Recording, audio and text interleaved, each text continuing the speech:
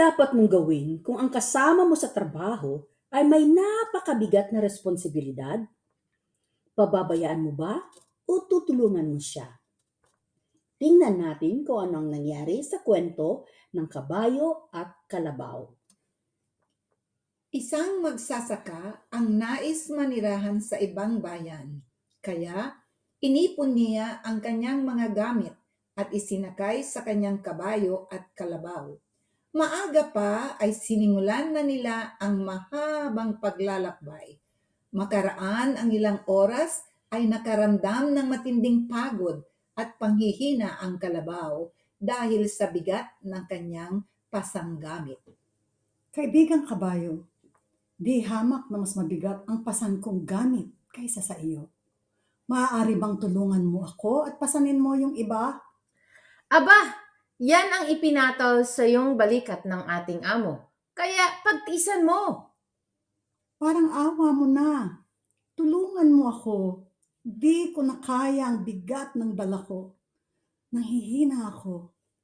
Alam mo namang kailangan kong magpalamig sa ilog kapag ganito na katindi ang init ng araw dahil madaling mag-init ang katawan ko. Bahala ka sa buhay mo.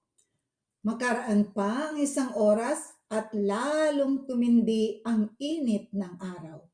Hindi nagtagal at ang kalabaw ay sumuko sa bigat ng kanyang dala at siya ay namatay. Nang makita ng magsasaka ang nangyari, ay kinuha niya ang lahat ng gamit ng pasan ng kalabaw at inilipat sa kabayo na bahagya namang makalakad dahil sa naging napakabigat ng kanyang mga dalahin. Nako, kung tinulungan ko sana si kasamang kalabaw, ay hindi naging ganito kabigat ang pasan ko ngayon. Ang aral sa kwentong ito ay maging matulungin sa kapwa. Kung may kakayahan kang tumulong, ay huwag mong ipagdamot ito sa iba. Malaking pasanin ang gagaan kung tayo ay magtutulungan. Kung nagustuhan ninyo ang kwentong ito, paki-like, share at subscribe sa aming channel. Maraming salamat po!